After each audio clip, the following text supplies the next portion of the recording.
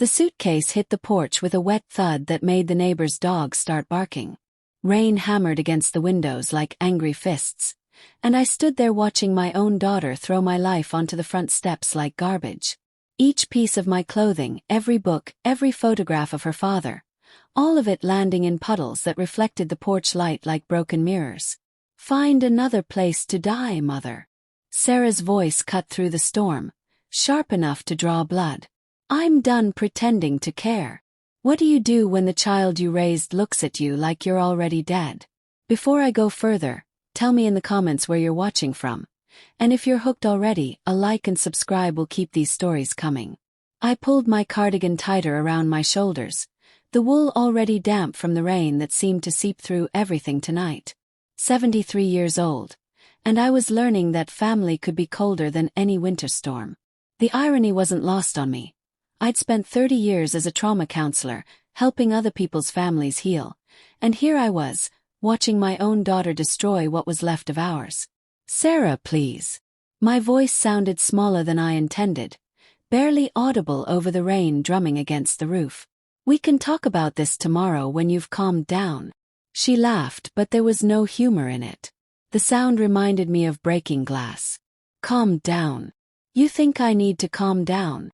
She grabbed another armload of my things from inside the house I'd lived in for 40 years, the house where she'd taken her first steps, lost her first tooth, brought her first boyfriend home. "I've been calm for 2 years while you've been rotting away in there," she continued, gesturing wildly toward the living room where my recliner still held the impression of my body. 2 years of watching you waste away, feeling sorry for yourself because Dad died. Well, guess what? He's not coming back, and I'm not going to watch you turn into some pathetic ghost haunting these rooms. The words hit me like physical blows. I'd known Sarah was frustrated with me since Robert passed, but this venom, this cruelty, where had it come from? She looked so much like her father when she was angry, the same set to her jaw, the same fire in her eyes. But Robert had never looked at me the way Sarah was looking at me now, like I was something to be scraped off her shoe. "Where am I supposed to go?" I asked, watching helplessly as she threw my jewelry box onto the porch. It landed upside down, scattering my grandmother's pearls across the wet wood like scattered teeth. "I don't care." Sarah's voice was flat now, devoid of any emotion. That scared me more than her anger had. "There are places for people like you. Holmes. You can afford it. You've got Dad's life insurance, his pension. Figure it out. People like me." As if being widowed and grieving made me less than human. I bent down slowly, my arthritic knees protesting, and began gathering my pearls from the puddles. The water was so cold it burned my fingertips, but I couldn't leave them there. My grandmother had worn these pearls on her wedding day in 1943, through rationing and war and loss. They'd survived more storms than this one. "Don't make this harder than it has to be," Sarah said, but she wouldn't meet my eyes anymore. "I've already called Golden Years Manor. They have an opening, and I told them you'd be there by Friday." Friday. 3 days from now. She'd planned this. "The house will be fine without you in it. Better, probably. I can finally get some work done around here without tiptoeing around your depression." I stood up slowly, my pearls clutched in my wet palm. The rain was letting up slightly, but the damage was done. Everything I owned was soaked through, and the woman standing in my doorway, was a stranger wearing my daughter's face. "I raised you better than this," I said quietly. For just a moment, something flickered across Sarah's features. Shame maybe, or regret. But it was gone so quickly I might have imagined it. "You raised me to be strong," she replied. "This is me being strong." She stepped back inside and started to close the door, but I called out to her. "Sarah, wait." She paused, one hand on the door frame. "I need my medications. They're in the bathroom cabinet." She disappeared for a moment and returned with a small paper bag. She tossed it toward me, but her aim was off. The bag hit the porch railing and split open, sending my pill bottles rolling in different directions. I watched my heart medication disappear into the bushes, my arthritis pills bouncing down the porch steps. "Oops," Sarah said, but there was no apology in her voice. The door slammed shut with a finality that echoed through my bones. I heard the deadbolt slide home. The deadbolt Robert had installed after our neighbor Mrs. Chen had been burglarized 3 years ago. The same deadbolt that was now locking me out of my own home. I stood there for a long moment, listening to the sound of my own breathing mixing with the dying rain. The neighborhood was quiet except for the occasional car passing on Miller Street, their headlights sweeping across the scene like searchlights looking for survivors of a wreck. Mrs. Patterson's house next door was dark, but I could see her kitchen curtain moving slightly. She'd probably heard everything. By tomorrow, the whole street would know that Sarah Lockhart had thrown her mother out like trash. The shame of it burned hotter than the cold rain. I began gathering my scattered belongings, working methodically despite the trembling in my hands. My clothes would need to be washed and dried. The photo albums would need special care. Some of the pictures were already curling at the edges where the water had seeped in. The coffee mug Robert had given me for our last anniversary together was cracked now, but I couldn't bring myself to leave it behind. As I worked, I tried to make sense of what had just happened. Yes, I'd been struggling since Robert died. Yes, I'd spent too many days in that recliner, staring at the wall where his portrait hung, wondering how I was supposed to keep living without him. But I'd been getting better. Slowly, quietly, but better. I'd started cooking again. Had even been thinking about volunteering at the crisis center again. Had Sarah not noticed? Or had she simply not cared? By the time I'd collected everything I could find, my clothes were soaked through and my fingers were numb with cold. I loaded everything into my car, the little blue Honda Civic Robert had bought me for my 70th birthday, insisting I needed something reliable to get around in. At the time, I'd protested that I didn't need a new car, that the old station wagon was fine. Now I was grateful for his stubbornness. I sat in the driver's seat for a moment, engine running, heater blasting cold air that would eventually warm up. The house looked different from out here, smaller somehow. The windows were glowing yellow, and I could see Sarah moving around inside, probably already cleaning up the mess we'd made, erasing any trace of what had happened tonight. The clock on the dashboard read 11:47 p.m. Too late to call anyone, even if I'd had anyone to call. My sister lived in Phoenix, and we hadn't spoken since Christmas. My few remaining friends from work wouldn't appreciate a call this late, especially not to ask for a place to sleep. Golden Years Manor. I'd driven past it countless times on my way to the grocery store. A squat, beige building surrounded by a chain-link fence, with windows that never seemed to have their curtains fully open. The parking lot was always full of cars that looked like they belonged to visitors who came out of obligation rather than love. Was that really where I'd end up? I put the car in drive and pulled away from the curb, watching my house, my former house, disappear in the rearview mirror. I had nowhere to go and less than $40 in my wallet. My credit cards were maxed out from the funeral expenses and the months of barely working after Robert died. The life insurance Sarah had mentioned was tied up in investments I didn't fully understand, managed by a financial advisor who spoke in numbers that made my head spin. I drove aimlessly through the empty streets of Millfield, past the high school where I'd attended Sarah's graduation, past the park where Robert and I used to take evening walks, past the diner where we'd had our first date 45 years ago. Everything looked different in the dark, unfamiliar and unwelcoming. My phone, charging in the cup holder, buzzed with a text message. For a moment, hope fluttered in my chest. Maybe Sarah had come to her senses, maybe she was calling me back home. But when I checked at the next red light, it was just a spam message about my car's extended warranty. I ended up at the 24-hour Walmart on the outskirts of town, parking under a flickering streetlight in the far corner of the lot where I wouldn't attract attention. The store was still open, glowing like a beacon in the darkness, but I couldn't bring myself to go inside. What would I buy? Where would I go afterward? Instead, I reclined the driver's seat as far as it would go and pulled my damp cardigan around myself like a blanket. The parking lot was surprisingly busy for midnight. Night shift workers grabbing supplies, insomniacs wandering the aisles, other people like me who had nowhere else to be.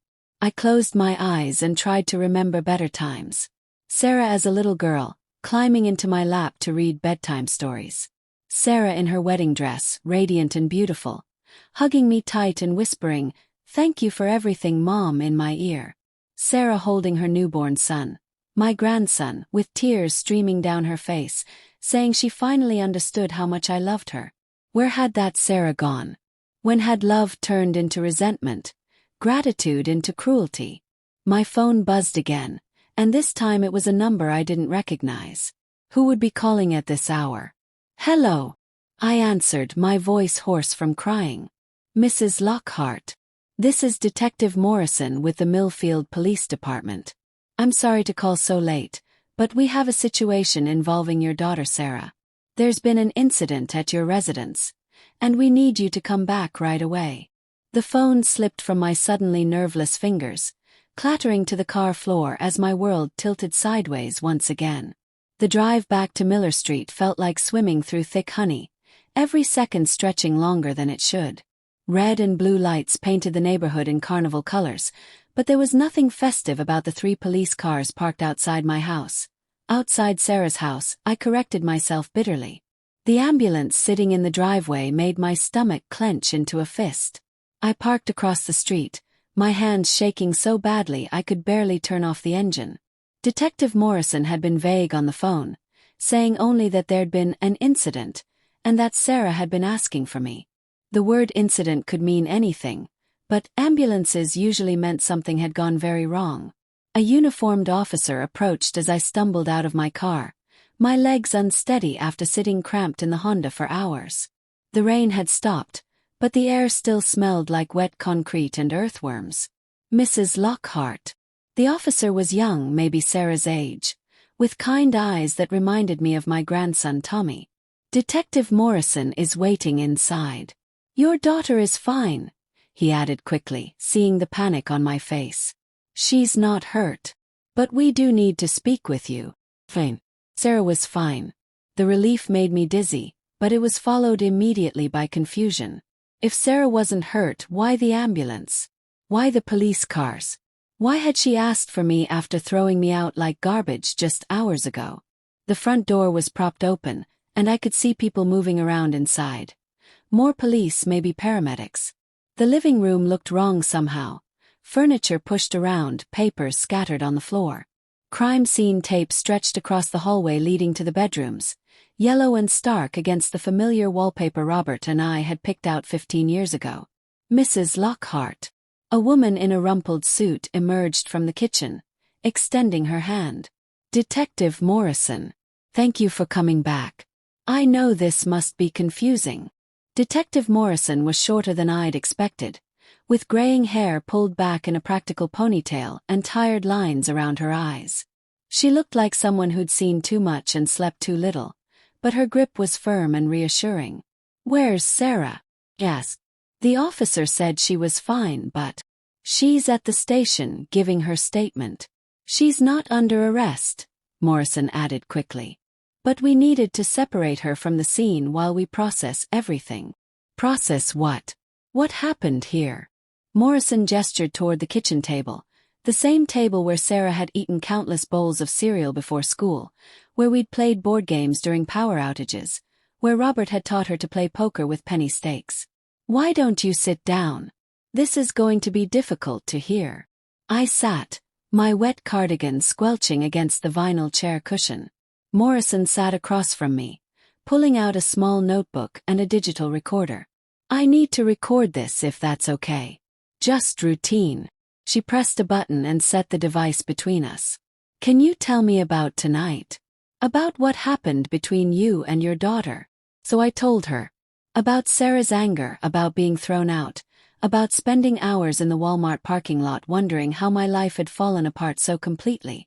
Morrison listened without interrupting, occasionally making notes, her expression carefully neutral. "And you went directly to Walmart after leaving here? You didn't come back at any point?" "No, why would I come back?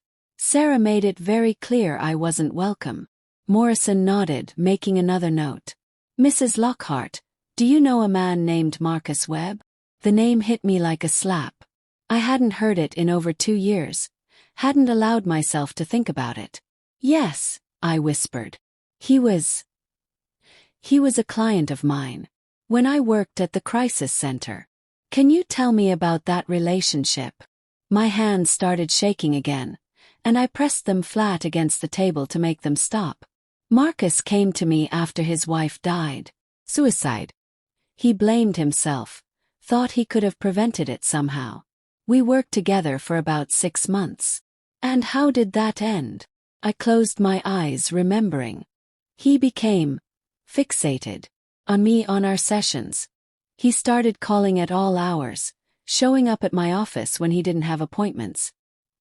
He said I was the only one who understood him, that I was meant to help him heal. The words tasted bitter in my mouth. I had to terminate our therapeutic relationship. The center got a restraining order when he wouldn't stop. When was this? 3 years ago, just before Robert got sick. I haven't seen him since the court hearing. Morrison leaned forward slightly. Mrs. Lockhart, Marcus Webb broke into your house tonight. Around 1:30 a.m., about 2 hours after you left. Your daughter confronted him in the living room. The room tilted sideways. What? How is that possible? The restraining order expired last year. And Sarah didn't know about any of this, did she? She had no idea who he was when she found him going through your belongings.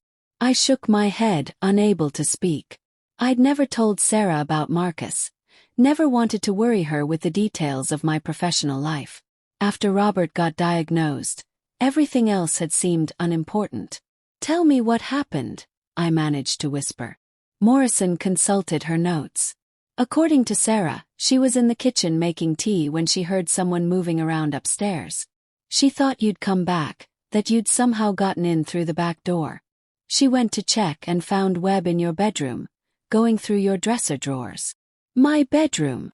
The violation of it made me feel sick. Marcus in my private space, touching my things, breathing the same air where Robert and I had slept for decades. Sarah confronted him. There was a struggle. Webb had a knife. Nothing fancy, just a kitchen knife he'd brought with him. Sarah managed to get away and call 911, but not before he. Morrison paused, choosing her words carefully. He said some things. About you. About why he was there. What things? He told Sarah that you'd abandoned him. That you'd promised to help him and then disappeared when he needed you most. He said he'd been watching the house, waiting for the right time to come back and make you keep your promise. The coffee I'd had hours ago at the gas station rose in my throat, bitter and acidic. Watching the house. For how long? We don't know yet. But Mrs. Lockhart, he knew things. About your routine, about Sarah's schedule, about when she usually went to bed. He'd been planning this for a while. I thought about all the times over the past few months when I'd felt like I was being watched, when I'd caught glimpses of movement in my peripheral vision that turned out to be nothing when I looked directly. I'd chalked it up to grief, to my mind playing tricks on me in my loneliness. But maybe it hadn't been my imagination after all. Where is he now? Hospital, under guard. Sarah hit him with a table lamp when he lunged at her. Concussion, some stitches, but he'll live to stand trial. Relief flooded through me, followed immediately by guilt. I should be grateful that Sarah was safe, that she'd been able to defend herself. But all I could think about was the fact that this was my fault. My past had reached out and nearly destroyed my daughter, and she didn't even know why. Does Sarah know? About my history with Webb. I told her the basics. She's pretty shaken up, but she's tough. Takes after her mother, I'd guess. If only she knew how untoward I felt right now, sitting in my own kitchen like a stranger, learning that my former patient had been stalking my family for God knows how long. There's something else, Morrison said, and the tone in her voice made me look up sharply. Webb had a bag with him. Tools, rope, duct tape. This wasn't just a break-in, Mrs. Lockhart. He came prepared to take you somewhere. The room went quiet except for the hum of the refrigerator and the distant sound of the crime scene techs working upstairs. Take me somewhere. The implications crashed over me like a wave, leaving me gasping. If I'd been here. I started but couldn't finish the thought. You weren't here because Sarah threw you out, Morrison said gently. In a way, her cruelty tonight might have saved your life. The irony was so sharp it cut. Sarah's anger, her heartless words, her complete rejection of me. All of it had kept me away from the house just long enough to avoid walking into Marcus Webb's trap. If I'd been in my bedroom when he broke in, if I'd been alone and unprepared. I need to see her, I said suddenly. Sarah. I need to talk to her. Morrison nodded. She asked for you. Several times, actually. But Mrs. Lockhart, you should know, she's feeling guilty about tonight. About what she said to you about throwing you out. She seems to think this is somehow her fault. Her fault. How could any of this be her fault? Because if she hadn't forced you to leave, you would have been here when Webb broke in. In her mind, she nearly got you killed because she was angry. I stood up so quickly the chair scraped against the floor. I have to go to her. Now. Morrison stood as well, pocketing her recorder. I'll drive you. Your car can stay here for now. This is still an active crime scene, and you probably shouldn't be driving in your state anyway. As we walked toward the front door, I caught a glimpse of my living room. My recliner had been overturned, the coffee table shoved against the wall. The family photos that lined the mantelpiece were scattered across the floor, some of their frames cracked.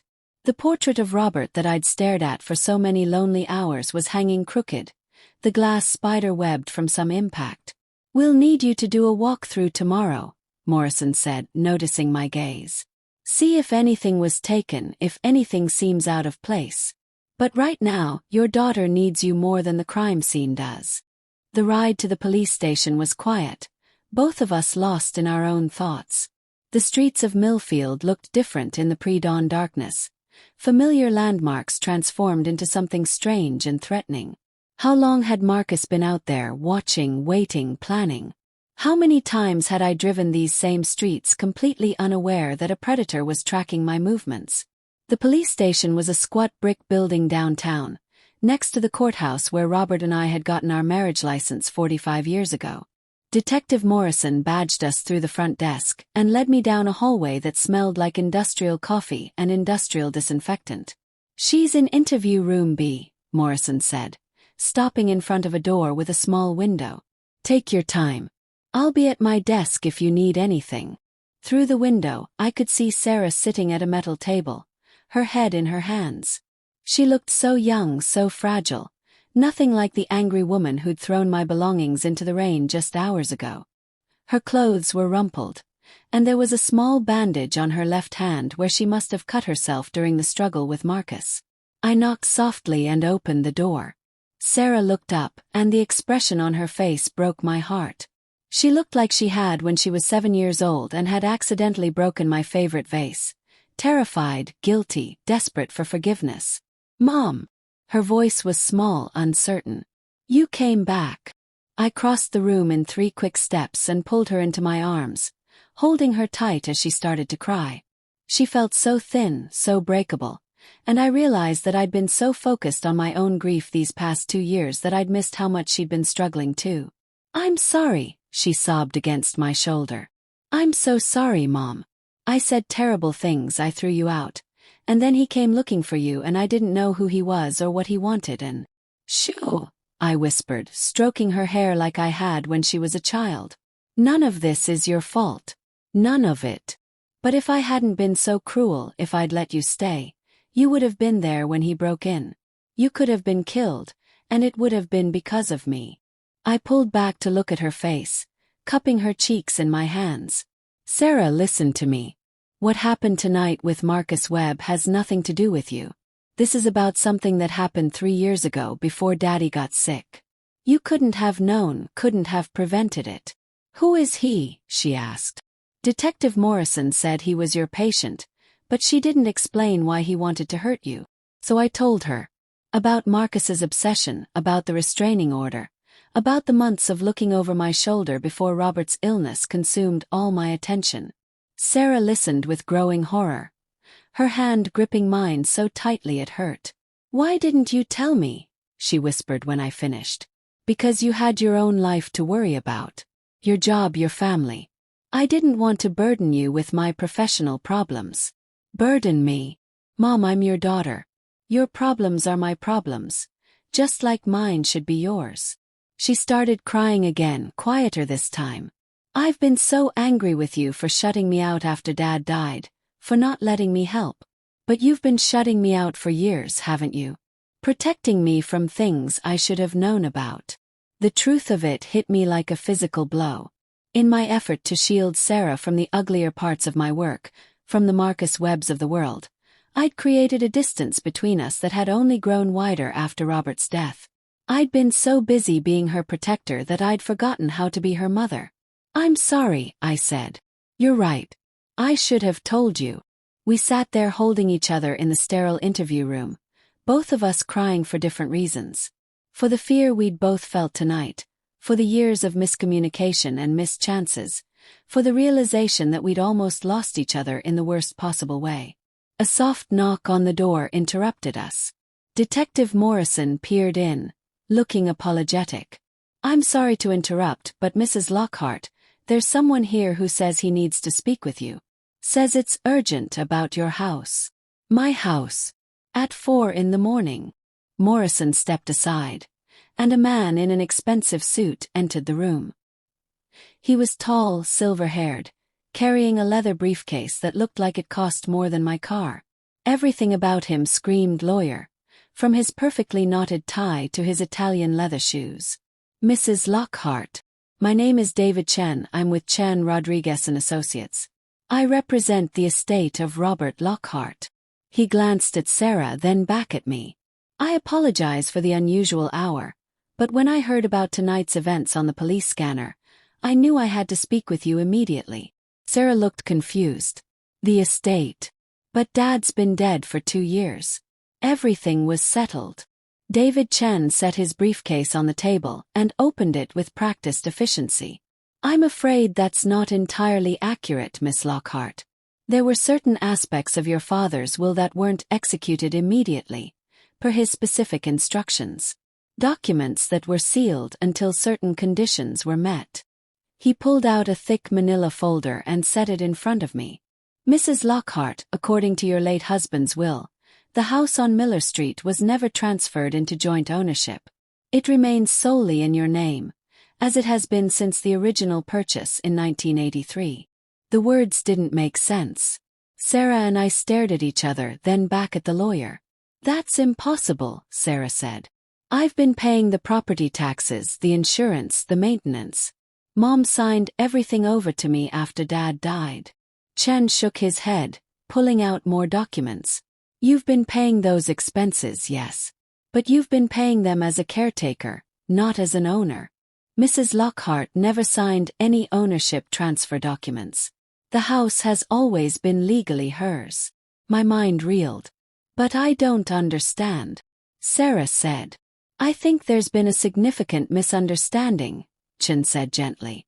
Miss Lockhart, did your mother actually sign any property transfer documents, or did you simply assume she had? Sarah's face had gone white. I handled all the paperwork after Dad died.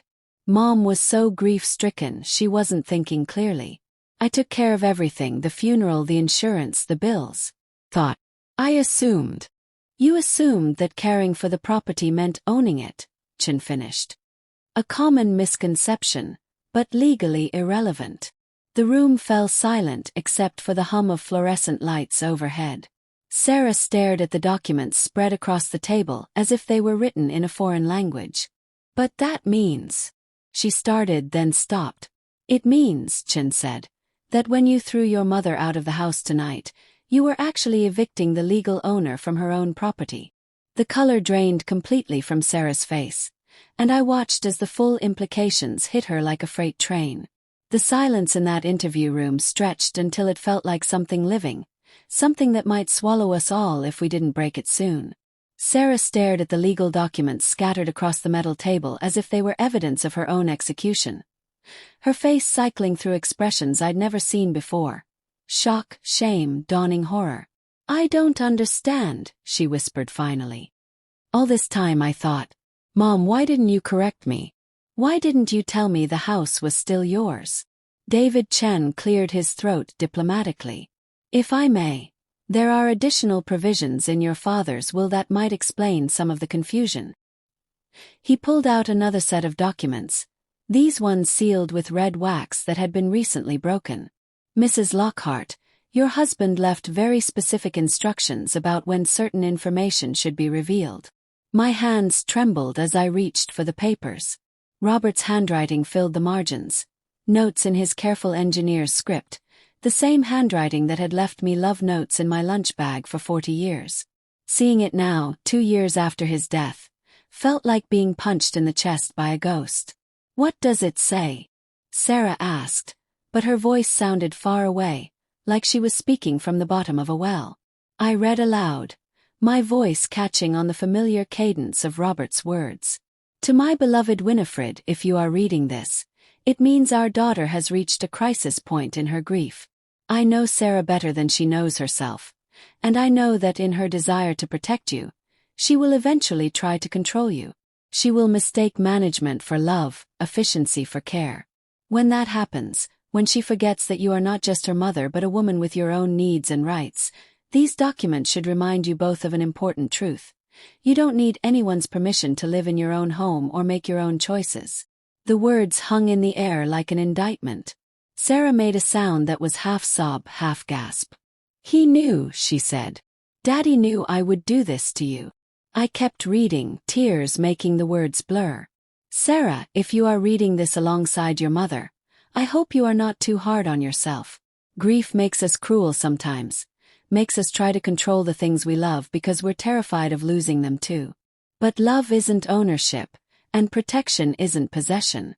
Your mother survived 30 years as a trauma counselor, raised you into a strong and capable woman, and loved me through my death with a grace I never deserved. She doesn't need you to manage her. She needs you to trust her. Detective Morrison had quietly left the room at some point during the reading, giving us privacy for what felt like a family reckoning.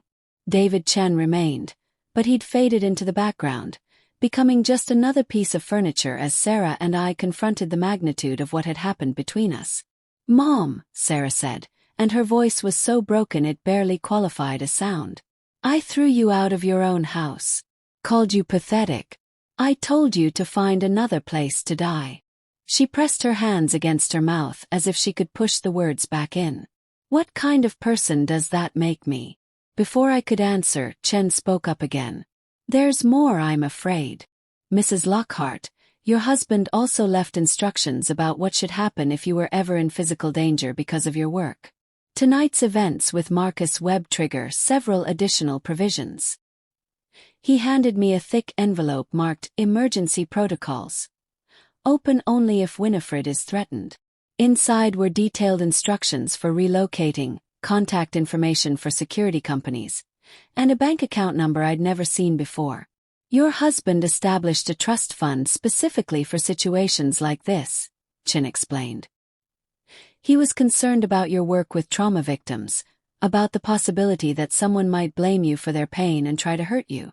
The account contains enough money to relocate anywhere in the country, start fresh, hire personal security if needed. I stared at the numbers on the bank statement. More money than I'd seen in my entire life. Enough to disappear completely if I wanted to build a new life somewhere Marcus Webb could never find me. He really thought of everything, I murmured. Robert Lockhart was a thorough man, Chen agreed. He loved you both very much. But he also understood that love sometimes means preparing for the worst-case scenario. Sarah suddenly stood up, the metal chair scraping against the floor. I have to see the house. I have to see what I did. Sarah, it's a crime scene, I started, but she was already heading for the door. I don't care.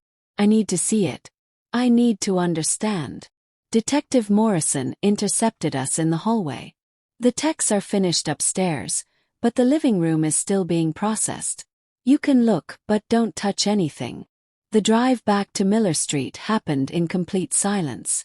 Sarah sat rigid in the passenger seat of Chen's BMW, staring out the window as if she'd never seen the neighborhood before. I watched her profile and tried to remember when the lines around her eyes had appeared, when the softness had left her face. Had I been so lost in my own grief that I'd missed my daughter growing old with worry? The house looked different in the early morning light. The police cars were gone, but yellow crime scene tape still fluttered from the porch railings like party decorations for a celebration no one wanted to attend. The rain had stopped completely, leaving the world washed and gleaming. Mrs. Lockhart. A crime scene technician emerged from the front door, pulling off latex gloves. "We're all done in here. The detective said you might want to do a walkthrough." I nodded, but Sarah spoke first. "What did he take? Did he steal anything?" The technician shook his head. "That's the strange thing. He didn't seem interested in valuables. Electronics, jewelry, cash, he walked right past all of it. He was only interested in personal items. Photos, letters, your mother's clothing." Sarah's face crumpled. "He wanted pieces of her." We entered the house together, Chen following at a respectful distance. The living room looked like a tornado had torn through it. Furniture overturned, drawers dumped, picture frames scattered across the floor. But it wasn't random destruction. There was a pattern to it, a method. Marcus had been looking for something specific, something that would help him understand me, possess me, own some piece of my life. "Oh, Mom," Sarah whispered, kneeling beside the broken picture frames. She picked up a photo of Robert and me from our honeymoon. The glass cracked right through our smiling faces. "I'm so sorry for all of this, but especially for making you think you didn't belong here." I knelt beside her, careful of the broken glass, and picked up another photo. Sarah's high school graduation. All three of us grinning like fools because our baby girl was going to college. "You were protecting yourself," I said. "I understand that now." "No, I wasn't. I was punishing you for not being who I needed you to be after Dad died. I wanted you to be strong and independent and moving on with your life because watching you grieve was killing me. I couldn't handle my own sadness, so I got angry at yours instead." We worked together to gather the scattered photos, neither of us speaking about the bigger conversation we needed to have. The house felt different now, not just because of Marcus's violation, but because everything had changed. The power dynamic between Sarah and me, the assumptions we'd both been living with, the careful dance we'd been doing around each other's grief. Upstairs, my bedroom was worse. Marcus had gone through my dresser drawers, my jewelry box, even my medicine cabinet. He'd taken some of my clothes, some of Robert's old shirts, a bottle of my perfume. The technician had explained that stalkers often took items with their victim's scent, things that would help them feel connected when they were alone. "How long?" Sarah asked quietly. "How long was he watching us?" "We don't know yet," I admitted. "Maybe months. Maybe longer." She shuddered, wrapping her arms around herself. "All those times I thought I saw someone in the yard, or when I felt like I was being followed to the grocery store. I thought I was being paranoid." "You weren't paranoid. You were protecting us both. And you didn't even know it." We spent the next hour documenting what was missing, what was broken, what could be repaired. Chen made notes for insurance purposes, but I could tell he was mostly giving us space to work through our emotions. The house would recover from Marcus's invasion. Fresh paint, new locks, replacement glass for the broken frames. But the relationship between Sarah and me felt like it might need more fundamental reconstruction. Around noon, we found ourselves sitting at the kitchen table again, the same table where Detective Morrison had delivered her revelations just hours earlier. Sarah had made coffee, strong and bitter, the way Robert used to like it, and we sat in comfortable silence for the first time in months. "I want you to use Dad's money," Sarah said suddenly. "The relocation fund. I want you to go somewhere safe." I looked at her carefully. "Is that what you want, or what you think I should want?" She was quiet for a long moment, considering. "I don't know anymore. I've been making so many decisions for both of us that I've forgotten how to tell the difference." "Then let's figure it out together." I reached across the table and took her hand. "What do you actually want, Sarah? Not what you think is best for me, not what you think I should do. What do you want?" Her eyes filled with tears. "I want my mom back. I want to stop being angry all the time. I want to remember how to talk to you without feeling like I'm failing some test I didn't know I was taking." And I want my daughter back. The one who used to call me just to tell me about her day. Who didn't treat every conversation like a diagnosis. We sat with that honesty between us, raw and real and surprisingly liberating. So what do we do now? She asked. I thought about Robert's letter, about his understanding that grief makes us cruel, that love isn't ownership. I thought about Marcus Webb in his hospital bed, surrounded by guards, still believing that his obsession was a form of caring. I thought about the difference between protecting someone and controlling them.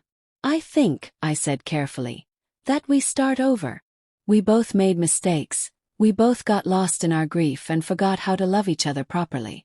But we're still here, we're still family, and it's not too late to do better. Sarah nodded, wiping her eyes with the back of her hand.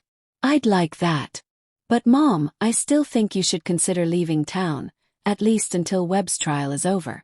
Not because I'm making the decision for you, but because I love you and I'm scared. It was the first time in 2 years she'd said she loved me without it sounding like an obligation. I'll think about it, I promised. But Sarah, if I do decide to go somewhere else for a while, I want you to understand. It won't be because you failed to protect me. It'll be because sometimes the bravest thing you can do is admit when a situation is bigger than you can handle alone. Chen cleared his throat diplomatically. If I may suggest, there's no rush to decide today. The trust fund will remain available regardless, and there are security measures we can put in place immediately if Mrs. Lockhart chooses to stay. Over the next few hours we made plans. New locks, a security system, regular check-ins with Detective Morrison. Sarah would continue living in her own apartment across town, but she'd visit regularly.